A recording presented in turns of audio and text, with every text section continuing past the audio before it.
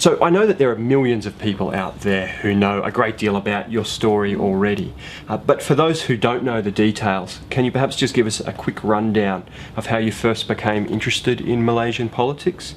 Where did it all begin for you? It all began in 1998 during the sacking and eventual arrest of Anwar Ibrahim, who's at the time former Deputy Prime Minister and Finance Minister of Malaysia, after the 1997 economic crisis that engulfed the region. And of course, I was a young student then, and Anwar Ibrahim is my father, and it was a real political awakening, not just for myself, but for hundreds of thousands of Malaysians, especially young people, as we term the reformasi generation, because 98 was really the spark of a reform movement in Malaysia. And it began from there. He was incarcerated in politically trumped up charges in the year 1999, which has been alluded to by the International Commission of Jurists in their report. And I personally got involved to fight for his rights as a political prisoner, as well as others who were victimized in Malaysia, especially with regards to their civil and political liberties. And I worked alongside with the opposition movement, and eventually I was a natural progression to contest in the last general elections, and now I have succeeded in being elected as a Member of Parliament from the People's Justice Party, which is my party, which came to be in 1999. In Malaysia's 2008 general election, you were elected to Parliament. In doing so, you actually defeated a sitting government minister. I'd really like to know, how did that feel? It's a culmination of many feelings, actually. You know, a lot of us, myself, a lot of younger candidates from the People's Justice Party, we joined the elections because we wanted to continue the legacy of multiracialism in Keadilan, my party. And we wanted to really encourage young people, especially voters, to at least, cast their vote in the elections and just give sort of a message that we'll do this. We're courageous enough to try to do our best to fight for change. So during the last 3 days of the campaign period, it began to dawn upon me that there was a real momentum against the ruling government, and it hit me then. Perhaps I might really get through this. So when it actually happened, of course, it was a huge shock and pleasant surprise. And I think what was important is what then? How can you do to ensure that this becomes a lasting change towards the creation of a possible two-party system in Malaysia? Many people watching this interview will immediately appreciate that you are still really very young. What, in your view, is the role of youth in a political system like Malaysia's? I think, right now we have about 4.1 million as yet unregistered but eligible voters, majority of which are young people. And you can see post-2008, post the last general elections, all political parties actually trying to compete with one another to get them registered, to win over the young people. And for us, for the People's Justice Party, we have actually moved to elevate a lot of younger personalities at the forefront in key positions. I also ran for the vice presidency of the party in our last direct elections, and I won. And I think it's important to say that youth-related issues are mainstream issues, because we are a young nation, Malaysia, and we must continue to be relevant with the aspirations and needs of the young people, to continue to be supported by them. And I feel that for my political party, we are a new political party. We were created in 1999, the youngest among the youngest. There's so many political parties since then. But we have the opportunity to shape the direction, the agenda in the party. And I think that should be something we should work on consistently, especially in trying to project a new Malaysia devoid of racialist or racist rhetoric. Are there any particular challenges for a young woman starting out in politics in Southeast Asia? What advice would you give for those out there who are perhaps hoping to follow in your footsteps? Advice sounds so condescending. I mean, I'm still learning every day. I think, of course, the whole landscape is very much made to fit a man's role. I mean, I must say that. But having said that, you've seen so many developments and success by many other women leaders. Aung San Suu Kyi, of course, she remains an inspiration to so many in Southeast Asia. And the fact that for our party, Wan Aziza is a woman, my mother, she's the president of the party, that helped create a new sense of awareness where you see in public rallies, very rarely people, hundreds of thousands, actually pay attention to a woman speaker. But right now it's the norm. We've even influenced the Islamic Party to field a female candidate in the last by-election in the state of Johor. So for me, it's really important to understand women, including Muslim women, we have so much to give. And our role as homemakers only adds on such an important dimension on the understanding and the agenda on how to elevate a particular society.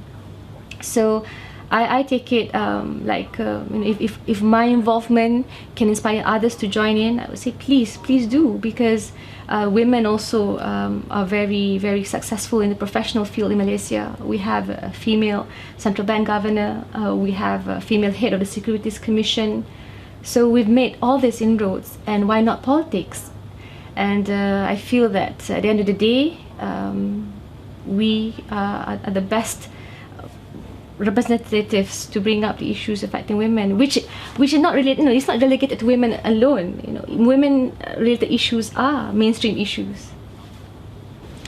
Your father, Anwar Ibrahim, is still a major player in Malaysia's political life. And of course, as many of our viewers and listeners will remember, he was here himself at the ANU not that long ago.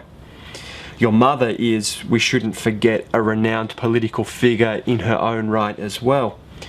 Do you consider them to be your mentors? Well, certainly they have left such a lasting impact on me. I grew up with this larger-than-life vision of my father, who was the Deputy Prime Minister, Finance Minister. But I feel that when I got involved in politics, it is a vocation that you would have to own yourself. I mean, I think it was a decision I made because I believed in the struggles that we were fighting for, and it's not because of any particular individual. So that journey, trying from being Anwar's daughter, Azizah's daughter, to really just being a politician in your own right, making your own mistakes, based on your own judgments, and learning from them is also equally important, if not more so. So for me right now, the challenge is how do we survive, and how do we make sure that the ideals brought by my parents will live on, not just in me, but a whole generation of leaders. You see, because we want to further democratize the country, so it is important to cultivate a whole set of generation of leaders with progressive ideas, with ideas to continue this democratic path. I appreciate that this is a slightly personal question, but I'd really like to know, what's it like in your family? Say when you're all sitting around the dinner table, do you discuss anything except for politics? Well, I think we've gotten to a stage where we try to be as professional as possible. I think at the dinner table, to keep our sanity, we must talk about personal things, about family, about... I have 2 children, so my father dotes on them, and we try to really reduce talking about either his court case, the second political persecution he's facing, or even party politics, because again we're very busy individuals, and we meet each other during the political bureau meetings of the party, as well as the opposition coalition meetings. So I think it's always important to have a balance, and at the end of the day, I think he would enjoy me as his daughter at home on the dinner table, rather than, and of course, having to put up with certain arguments with me in the political scene. So yeah. Now changing the tone somewhat, what are your greatest fears for the future of Malaysia? I think right now we're really facing a challenging terrain ahead of us, the opposition I mean. Of course, one is presented through the case that they have fielded against my father, which smacks of political conspiracy, similar to the first sodomy case in 1998. And related to that is, of course, the continuing efforts to circumvent the opposition's work in communicating with the public. We do have various legislation, the Sedition Act, the Internal Security Act, that's continuously used to curb the space, the freedom of speech by many opposition leaders as well as other non-governmental leaders. So I view the current administration of Najib Tun Razak as going back somewhat to the Mahathirist years, a little bit more hardliner, but very well masked in a very effective and sophisticated communication messaging. So certainly it's not going to be easy for us. We have lost some momentum, the opposition, post-2008, and we have to regain the momentum and remind the Malaysian people that the opposition is the only coalition that is committed to implementing political reform. And we have prepared a series of legislation to this effect, including our promises in an orange book themed manifesto. So for me, it's a question of time. If we manage to meet and communicate these ideals and our promises, and our credibility is sort of extended to the electorate, then we have a better chance at winning. But at the end of the day, we must make sure we have sufficient observers in the next general elections, because I fear it will be riddled with a lot of fraud and fraudulent practices. So that, of course, it's important how the election is conducted. One is campaigning, but one is also making sure that there's no fraud taking place. Recently, when Malaysian political activist Raja Petra Kamarudin was here at the ANU, I had the opportunity to ask him about how he'd like to be remembered. I think his answer was somewhat eye-opening. So to finish, I should really ask you the same question. Nurul, when all is said and done, how would you like to be best remembered? I think I'm lucky if people remember me at all. I mean, you have to put things in perspective. What you do is not you shouldn't personalize the struggle. You're only a player in the bigger picture and bigger scheme of things. That's one. But I'm actually right now with my colleagues in Pakatan Rakyat, the opposition coalition. We've submitted a bill to be discussed in Parliament, which is entitled the Emergency Revocation Bill. Now, Egypt has had its 30-year emergency declaration revoked after Mubarak's fall.